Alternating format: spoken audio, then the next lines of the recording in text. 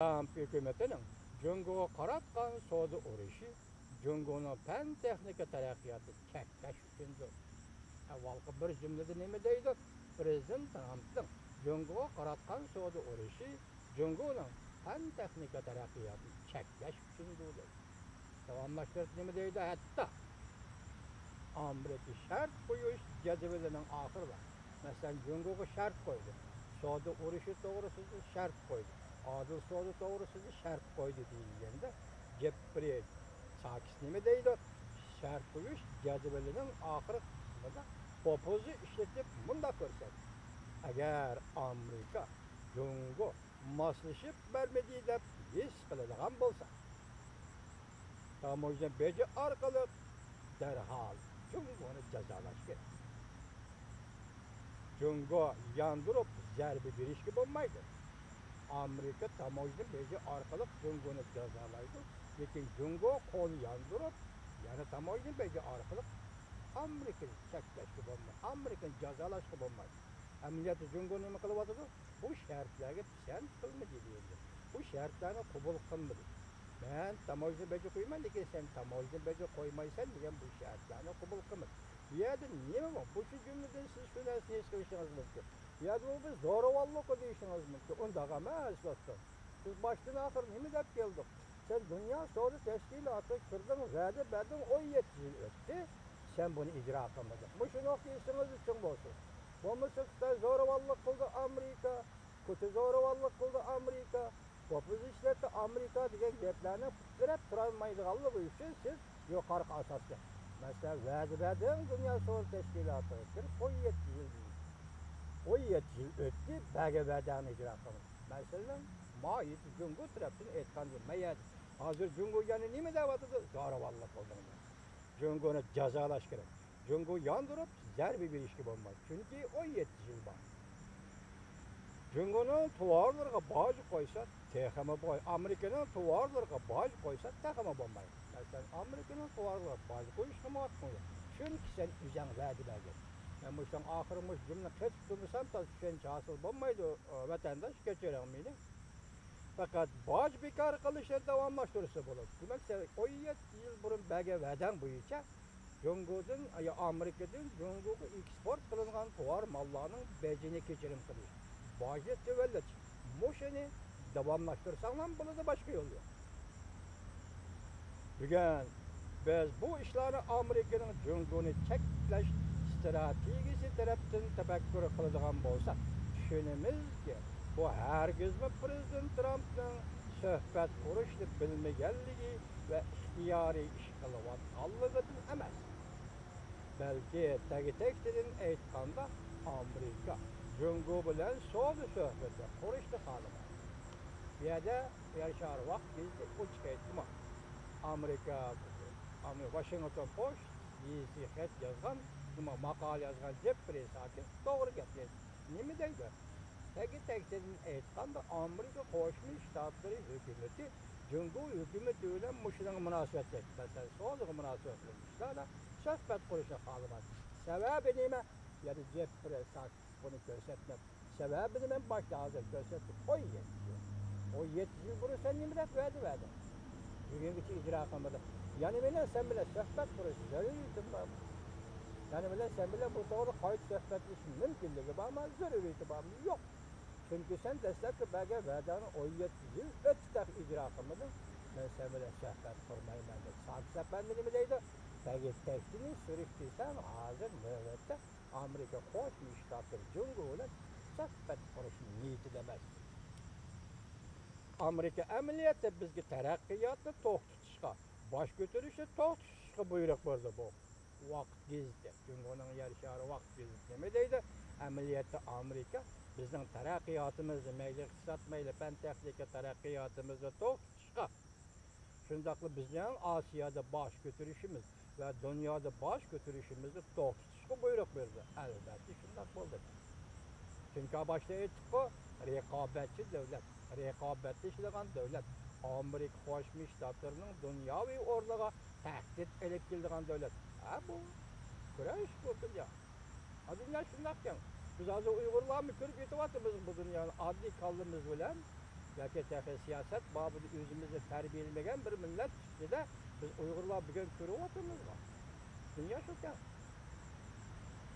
Soğuk uğraşı aşkar liniye. Amerika Cumhur siyasi diyen yoşurun liniye bak. Mavzulu haber 8. ayının 13. günü paylanış haberdir dilan. Bu haber her dönüştürüp bakaydı. Nime deydi? Amerika'nın Cumhur'u iktisadi besin işletişide.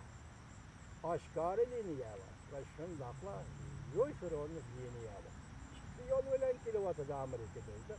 Prezident Trump özü köngül bölüp atkan Amerika Cumhur soğudsuzluk kızıl rakam meselesi bu aşkar liniyedir. Bugün soğudu uğraşı kızıl rakam meselesi, patent hukuku meselesi, akli mülk hukuku meselesi bu Prezident Trump için aşkar liniye. Şundaklı Cumhur düşünüş gerekli bu hem aşkar liniyedir. Amerika'da strateji siyaset belgeleyiciler kattık dikkat kılıvatkan Cumhur'un terakkiyat endisi bu yoşuran liniyet. Demek soğudu uğraşı aşkar liniyet. Lekin ark tarafta Amerika strateji güçleri nemege dikkat kılıvatılı Cumhur'un terakkiyat endisi yani iktisat endisi sade neme. Başına dikkat kılıvatılı bu yoşuran liniyet ördek. Gayri bazarı geligi şekli arkalı. Cumhur tüzüm özelliğini, Cumhur'un tüzüm özelliğini bekar kılır. Mesela neyim dedi? Cumhur bazar ilgili ötken devlet emez, hep ötken yılı 11. ayının 30. günü New York'ta Jakarlı'da var. Tamam. Demek ki Jakarlı'dan kelsen sen hazır bazar ilgili ötmegen devlet kelsen demek sen gayri bazar ilgili de şükürü vatkan, zaten terakki kıldırıvatkan devlettir. Biz şuna moşu arkalı, moşunu tutuş, tutqa kılış arkalı Cumhur'un özü eğitivatkan içtimai tüzüm özelliğine tüketimiz. Bekar kıldırmış. Mesela birinci Cumhur'un sanat mensulatları karatkan. Amerika'nın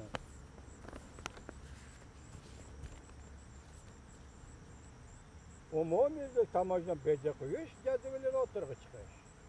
İkinci, Cumhur'un çet ellerde teknik bilen işli güç şirketlerini koşup elişiği qarıtılgan Amerika'nın çet el meblağ salgıçılar komitesini özgertiş layihesi. Bu layihə işke palatada maqullanğan keyin derhal prezidentten imza koyuşunu yolluyoruz. Başlayıp imza koyulur. Sen meblağ salırsan. Sen kapitalını götürüp Amerika bazara kırısı merhamet. Lekin biz emdol tekşürüşünü yolu koyuyoruz. Burun bundak yap yoktur. Şuna bu komitet mesela çet el meblağına başvuruş, kapitalını başvuruş komitetini hazır koygan yeni layihə boyunca Prezident Trump ona imza koydu. Endi Cumhur'una başka devletlerini koyup duraydı. Amerika kapitali selişi tekşürüş yürüdü. Amerika'ya meblağ selip zavod kuruşu veya pentekniki sahasına orlişi, pentekniki terakkiyat teknikleri oylandırışı, meblağ selişi, kapital kuşuşu, pay kuşup payçık buluşu gellerinin hemmisi tekşürüdü. Üçüncü, Cumhur'un bir yol bir belbağ teşebbüsü kardılar.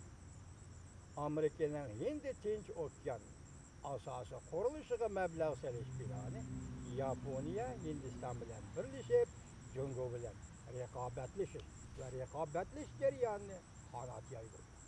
Bu demek Cumhur hazır Asya'da.